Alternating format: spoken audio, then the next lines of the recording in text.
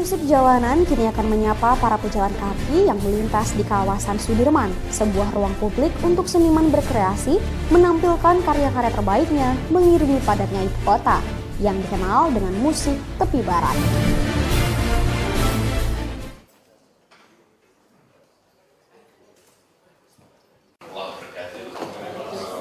Good morning everyone. Welcome back to Jakarta. Pak Alex, welcome back to the City Hall. He has been a good friend of Indonesia, of ASEAN many years. And Pak Michael, and also all the delegates who are coming with us today. I was in Washington DC last July. We had a meeting at the office, and Alex mentions about the missions to visit ASEAN countries, especially Indonesia, in December. And there we go. Here we are today, 5 months later, and time flies. And indeed, Jakarta will welcome you, and would love to hear your plan, as we will also be sharing our plans. It's good to see so many good old friends here in the room, and look forward for productive conversations. But before we continue the conversation, allow me to introduce our team. On my left is Ibu Sri. She's Assistant for Economy and Finance. Assistants in the cabinet, if you compare it to the cabinet, is the coordinating minister. So under her portfolio is all the departments that deals with economy, investment, finance. So she has 14 departments under her coordinations. So she is the chief of our coordinating minister of economic affairs. And then next is Pak Denny. Pak Denny is the deputy for the investment board of Jakarta, permits and investment, the BKPM of Jakarta, but also the permit office. So anything that deals with permit with regard to business permit to building permit, that's under his department. And the next is Pak Dwi.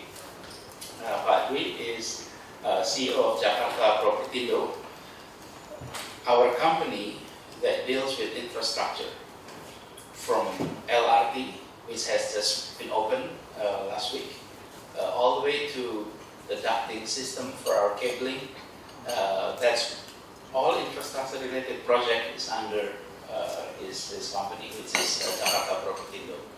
And we have a few from the international office with us this morning, and we look forward for a productive engagement. It is a bit early for many of you, and especially they're experiencing jet lag. I hope jet lag is not too bad, but we look forward to the conversation. Alex, please. Thank you, Governor Neese. It's great to be back at City Hall and to see you again. And we really appreciate you making time in July to see us. And we're also honored that the council had a part in your history. We are excited to hear some of the things that have been going on. The governor laid out in July a very aggressive plan to create a mass transit system in Jakarta that will really serve the people in a 21st century way. And it's really interesting for me to come and see the first line of the subway running, MRT, and then also to read the papers of the LRT, which many people said was really the game changer, is now running on a commercial basis as of this week. So, and then I think the governor will update us more. We were talking before we get started a little bit about some of the wonderful things that we've been able to do to create a system that will actually work for the people of Jakarta and make getting to work a little bit easier for many, hopefully all. And I know that our own staff in the USABC office has already seen benefits, but certainly some of them still commute quite a bit of time each day. And we used to, the previous head of our office, I think, traveled like 2.5 hours each way each day. to get to work, and that's crazy. 2.5 hours from Washington, you can be in Philadelphia. Philadelphia come back, and my mom would love that if I could submit to that. But I don't know, that seems like a lot to me. But anyway, we're excited to hear the plans for Jakarta. Obviously, our companies, for the most part, are all constituents of yours, and rely on the services of the governor and his team to ensure that our businesses and our teams can efficiently work. So we're excited as Governor already recognized Mike Mahalik, our Senior Vice President, Regional Managing Director. We'll maybe start with recognition of our Vice Chair, Conoco Phillips. Our other Vice Chairs include Exxon Mobil at Freeport and San Juan, and our chairs who cannot be with us today are Procter & Gamble and Citi. But maybe, George, if you could start us off as our Vice Chair, and then we'll do a round of introductions. And we'd love to hear from the Governor and sort of his plans, and maybe an update on sort of the briefing he gave us in Washington. And then we'd love to have a good conversation as well. So, George. Sure. Thanks, Alex, and thank you, Governor, for taking the time to meet with our delegation today. It's great to be here. For me, it's my first trip ever to Indonesia. So I'm doing my best to fight the jet lag, but it's going pretty well. From my perspective, Indonesia is such a remarkable country and so many great opportunities for American businesses to look at going forward. And I hope that I know that our Indonesia committee will work very hard to continue to strengthen the ties between the American private sector and Indonesia. And we just really appreciate your time and look forward to working with you and your colleagues going forward. So thank you.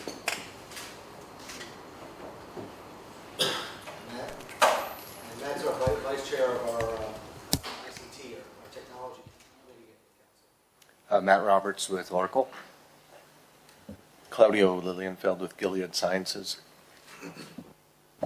Morning, Delphi from SAS Institute, analytic solution provider. Thank you. Hi, Daniel Tamiwa from Udemy.com. Lei Pingxie from United Technologies. Merwin Sim from Varian. Pamsak from Agoda. Good morning, Danny from Google. Hi, Ashish from Cisco Systems. Selamat pagi, Hazel dari Facebook. Good morning, Amrita Nair from PayPal. Morning, Chupin Ang from Expedia. Selamat pagi, Douglas Ramage from BGA. Pagi, Pak Gubernur.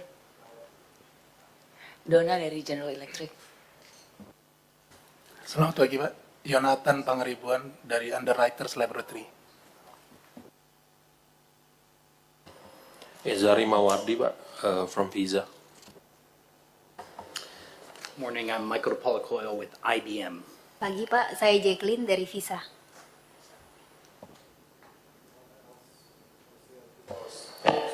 Cheryl from Expedia. Hi. Selamat pagi Pak, Landry Subianto Pak, dari US Asian Business Council. That's right Pak. Thank you Pak. Selamat pagi Pak, saya Tami dari US ASEAN Business Council. Selamat pagi, saya Mega dari US ASEAN Business Council.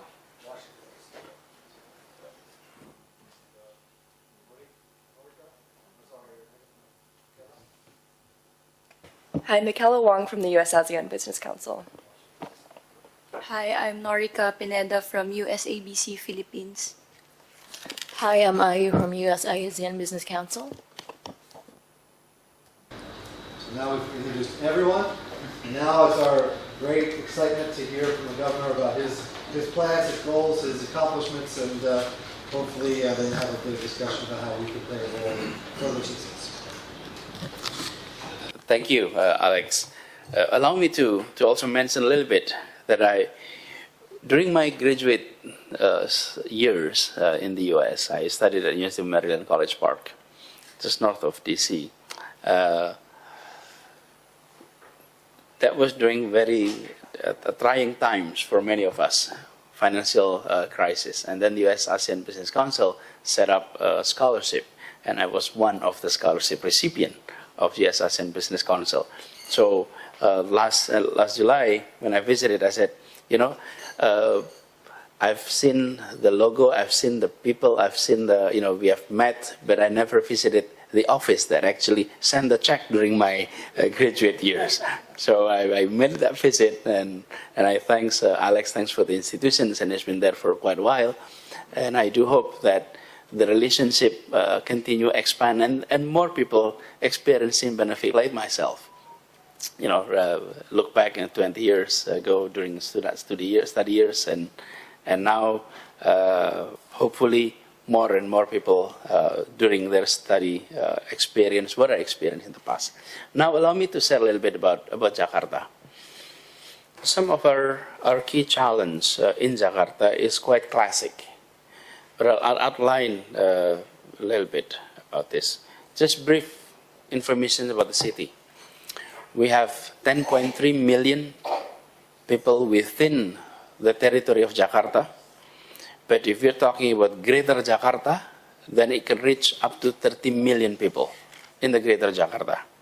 They're the largest in the world. Yes, and we are the largest megapolitan in the Southern Hemisphere. We're the biggest. Now, we have 6 districts, 5 inland, 1 is islands. It's called Thousand Islands. And at the daytime, we have around 14 million people in the city. In the evening, we have 10 million, for sure. So that's why the traffic is rather challenging. And we contributed about 18% of Indonesia's GDP is from Jakarta. So Jakarta play a big role in the economy of Indonesia. Now, this is some of the challenges. It's quite classic that I mentioned earlier. On the top is the ecological challenges. On the bottom side, the 3 is more social, economic issues that we have to tackle.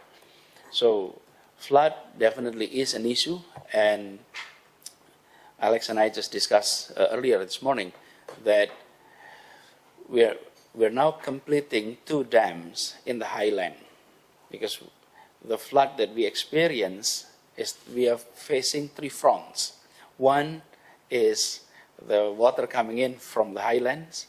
2 is the water coming in from the rise of sea level. And then 3 is the rain that is coming in to Jakarta. The biggest challenge is the water coming in from the highland. And therefore, we're building the dams, and hopefully it will be completed by mid next year. Once that is completed, then Jakarta will have less, will be reducing about 30% of water coming into the city. Hopefully that will take care. Land subsidence is definitely an issue, and then we have air pollution. So this is some of basic challenges that the city is facing. Now, we don't want to just tackle issues that we are seeing at the downstream level. We would like to take care upstream. What is the root of the issues? So the root of the issue, why we're experiencing all these challenges, is because the development in Jakarta has been car-oriented development. We design our city for private vehicles. Even our zoning regulations is based on the assumption that everybody is moving using private vehicles. Give you one example. Build land rasio itu apa namanya? Rasio gedung. Building land ratio, for example, it's based on how wide is the street. The wider the street, then you are able to build higher tower. What does it mean?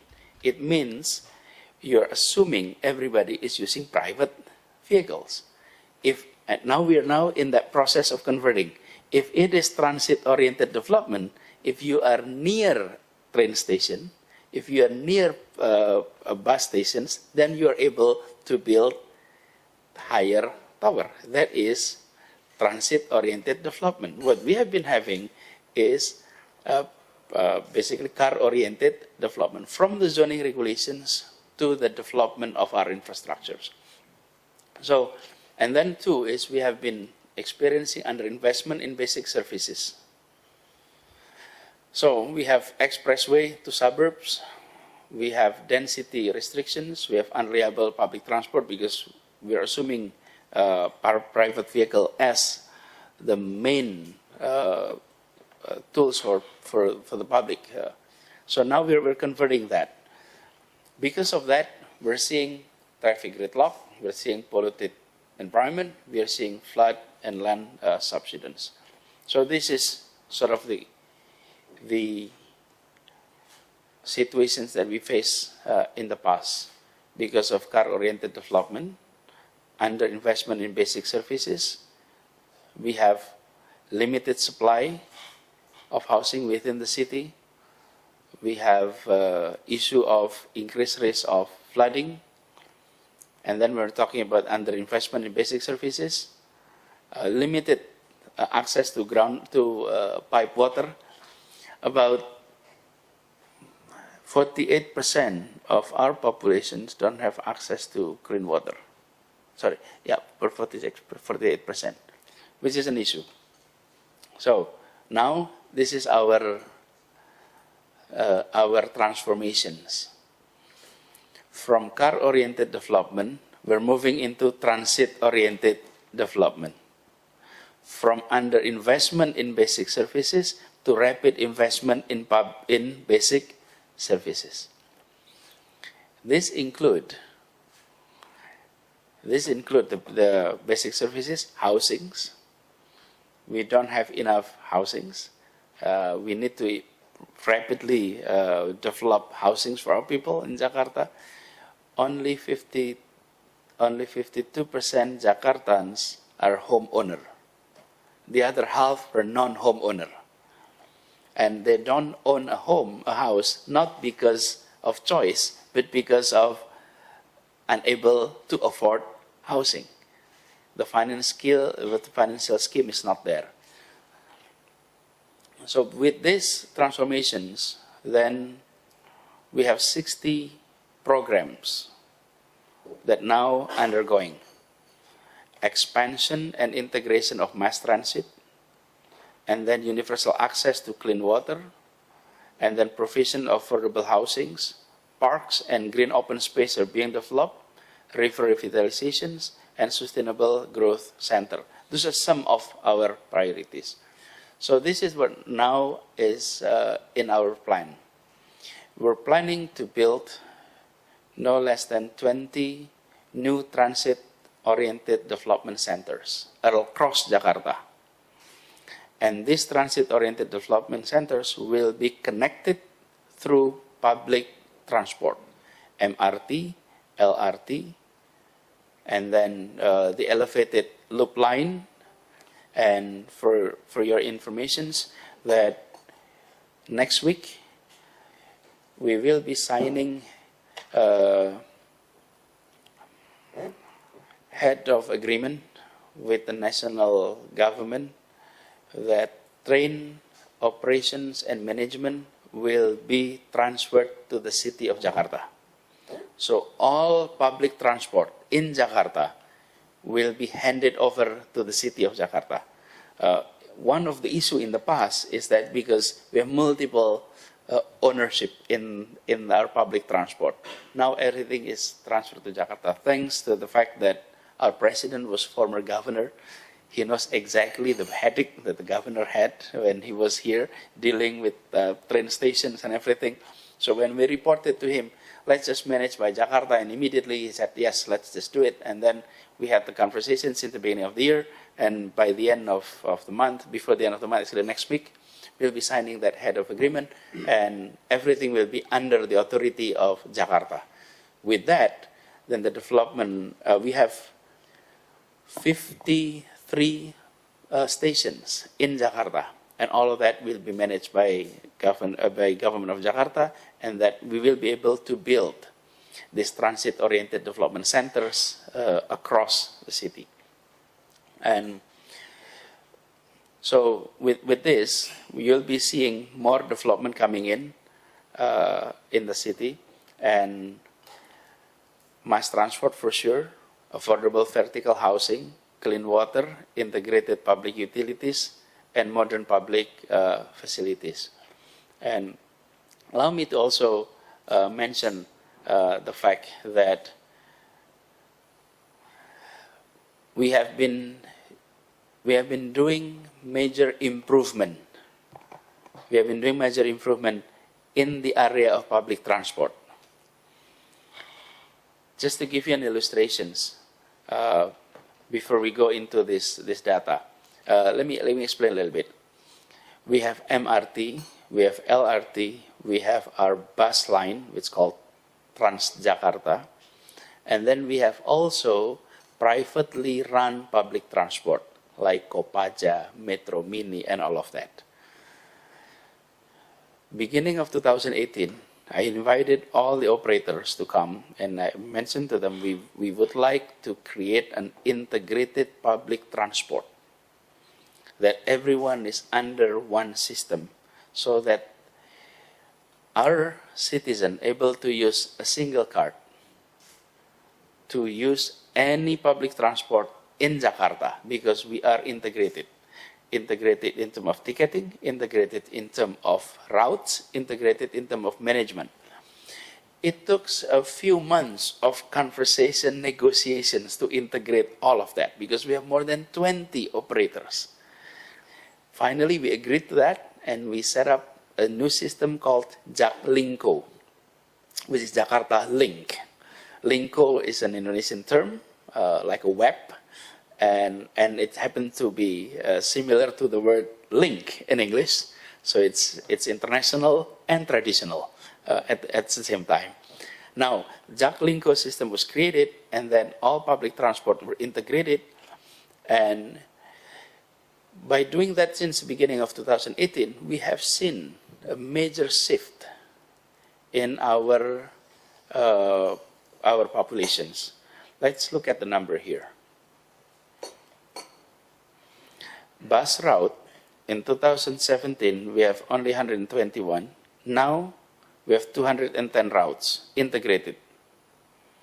And then, we're talking about microbus integrated. Now, it's 61 routes. In the past, it was only 5 routes. But what's more interesting about that is this.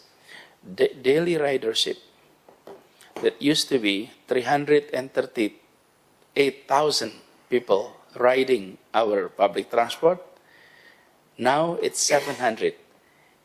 Basically in about 2 years, we doubled the number. And it took about 13 years of the operations of our public transport of Transjakarta to reach the number of 338. But it takes only 2 years to double it. And in fact, per day? What is the... that's per day, daily ridership. Sorry.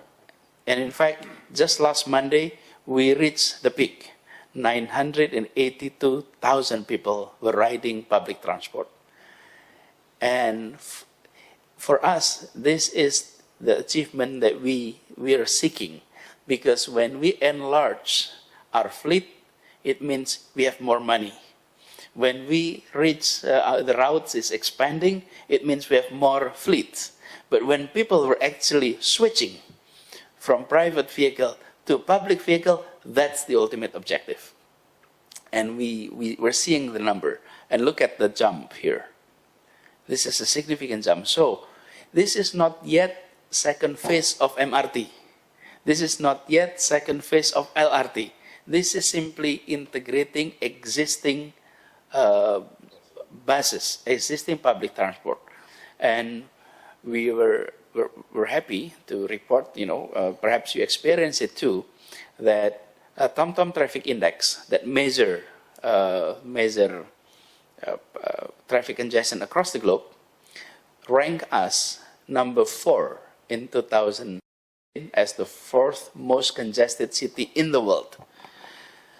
I mentioned last time, we were dropped to number 7 last year, and we plan to get out of top 10. So hopefully we're no longer on that top most congested city. But not only that, Alex, perhaps in January I may be visiting Washington, because we were grateful that we have been awarded as one of the 3 cities with most improved public transport in the world. So we're happy with that. That's only the top public transport. Now what's needed is more expansion of the existing system. So let me outline to you. These are some of our plan that we'd like to see. Today, we have only 16 kilometers of MRT. We plan to build 223 kilometers. The LRT, now it's only 5.8. We plan to reach 116.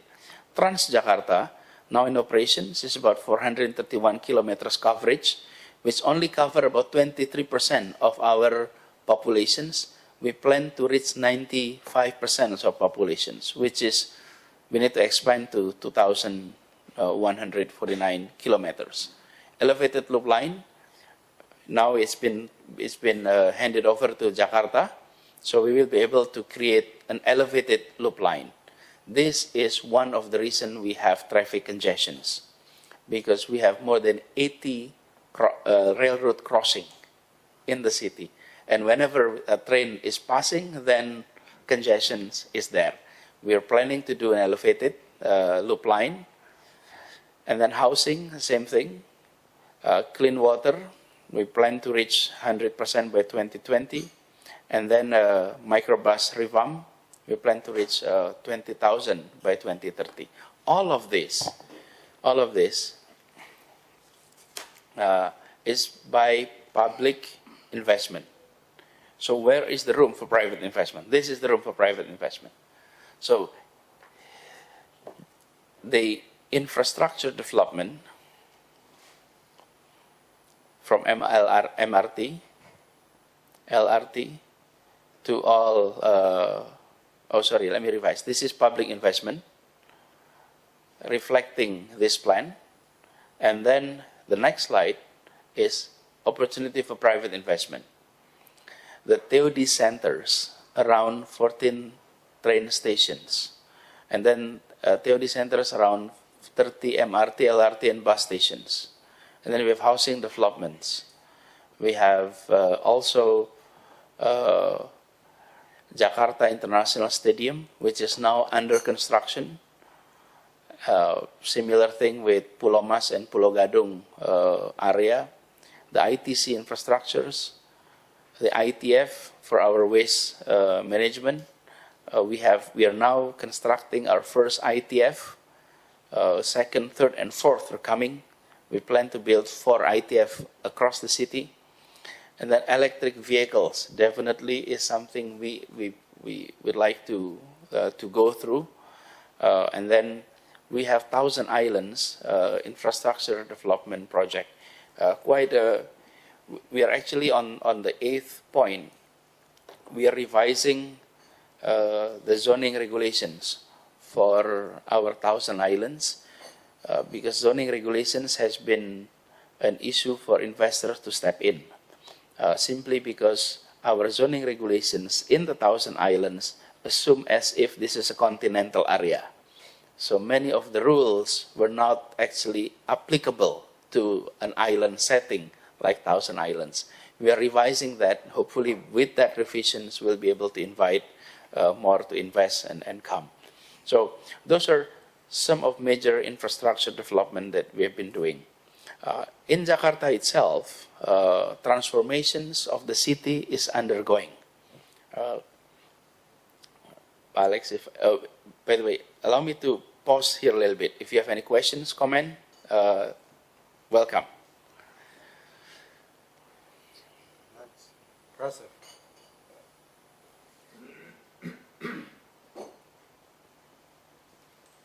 I'd like to, let me just,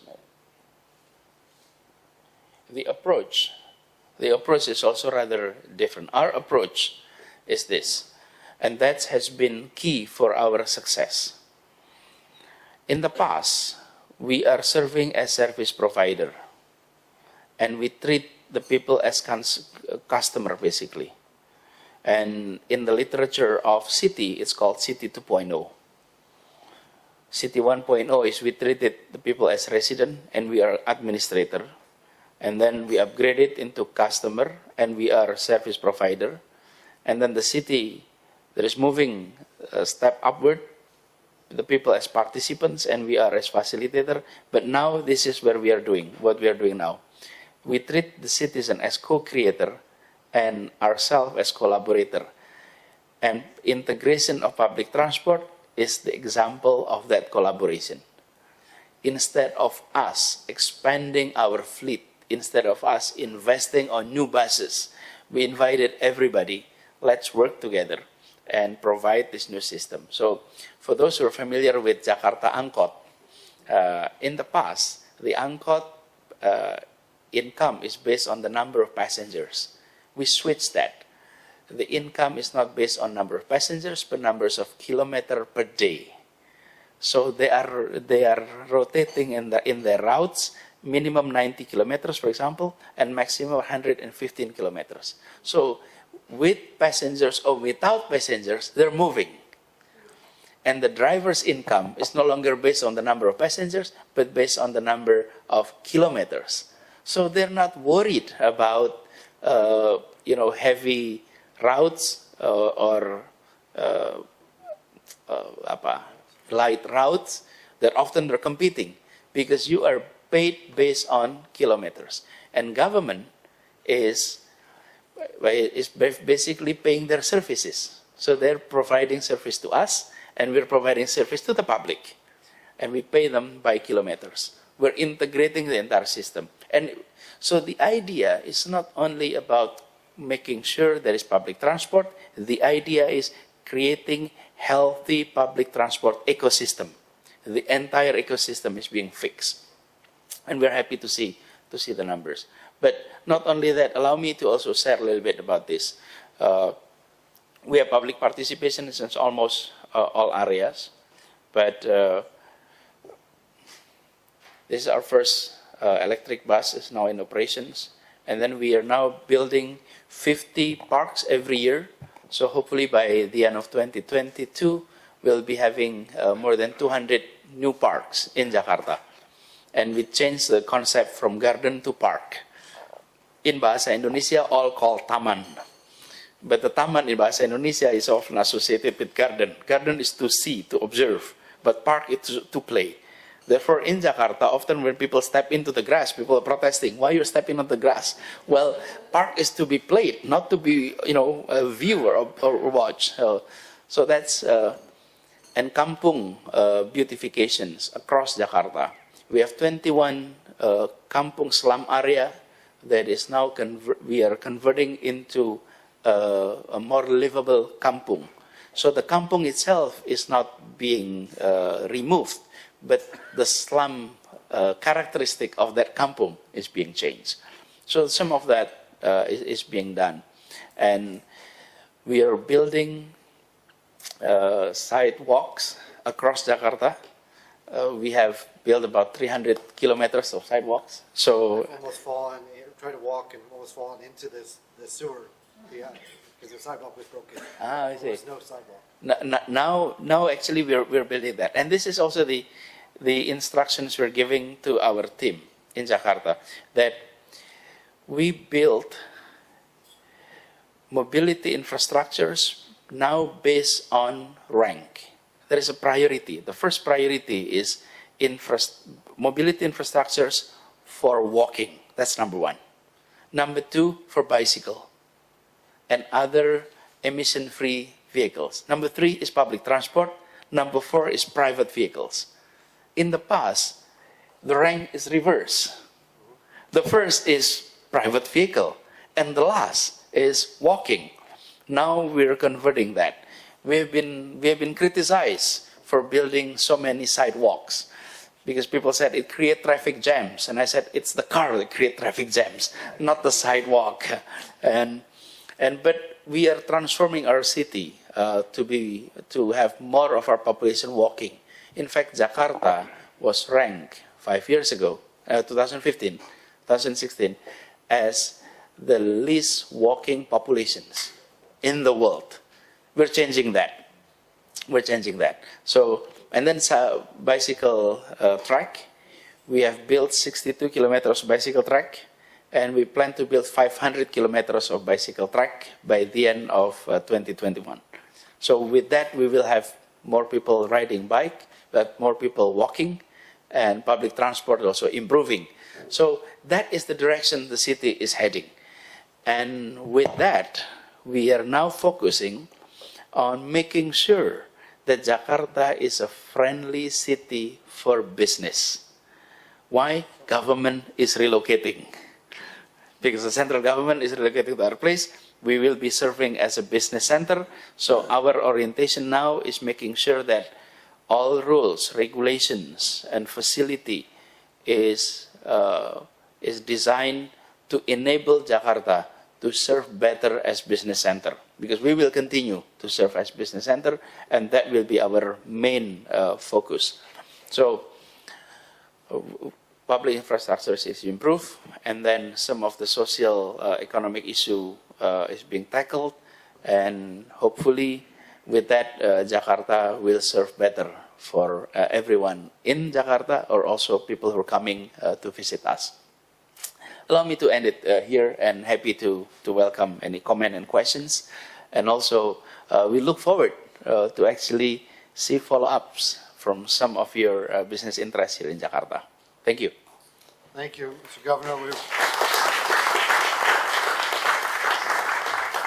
We're grateful for your presentation, and want to encourage you to pursue your vision. You know, I can tell you honestly, I like to, and my wife likes to walk in cities.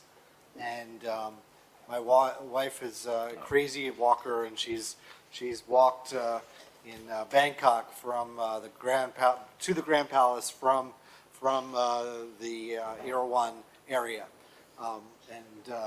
so she loves to it, and that was possible in Bangkok. She's tried to walk in Jakarta. Hasn't really worked. This is going back a few years, but I honestly have a couple times in my life tried to walk because it was just faster, and almost fallen into sewer. Yeah. So and that was where there sort of was a sidewalk, but that if you can transform the city like this, I think it will make a great difference to both visitors and residents' lives coming here. In fact, if I may interrupt a little bit, Alex, we ask simple questions that to our team and the people of Jakarta. What is the transportation tools that everyone has? That's what we need to provide. And almost majority of the time, people said motorcycle. And I said, no, it's your foot. That's our transportation tools. So we need to create facility for people to walk. We always assume if it is a transportation tools, it has to have a wheel.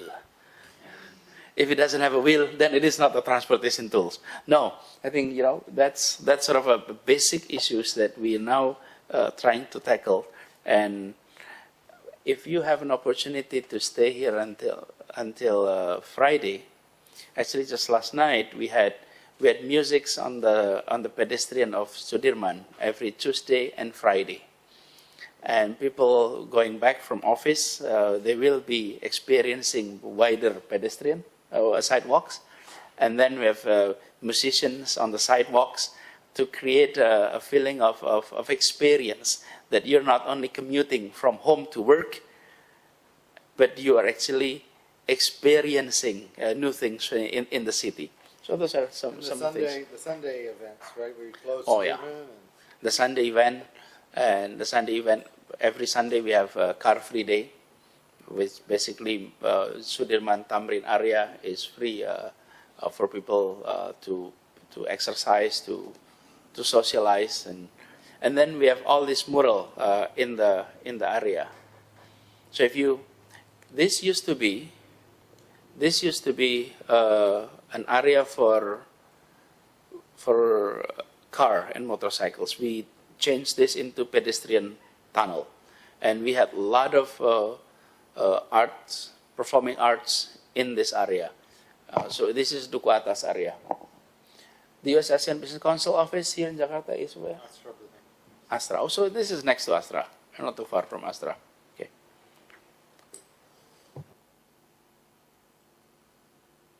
So it is beautiful, and it's like I said, it's I think it brings the community together and the people together. I've been part of Car Free Sunday a couple of times and gone out when I stay at the Grand Hyatt, which is right there, and you see the people coming together, the families, everyone. There's merchants and there's small business leaders, but it seems like people really enjoy being out and being part of Jakarta. It makes them feel part of the city that it wouldn't before.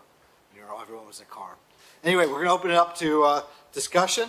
Before we came, we have a list of companies that wanted to speak. I don't know if there's been any added onto it, but we'll start with the vice chair of our ICT committee and Oracle, and we'll go through. But if others want to jump in, just catch my eye, put your tent card up or something. But I have a decent list, so hopefully we can get through it. Yeah, good. Great. Thank you, Mr. Governor. That was truly an inspiring presentation. And congratulations on not only what you've accomplished, but the plans that encompass so much. I was particularly taken by the change in the relationship between government and citizens into one that is more collaborative. And I think that's a fascinating way to look at how to build out city infrastructure. I wanted to make one quick point and ask a question.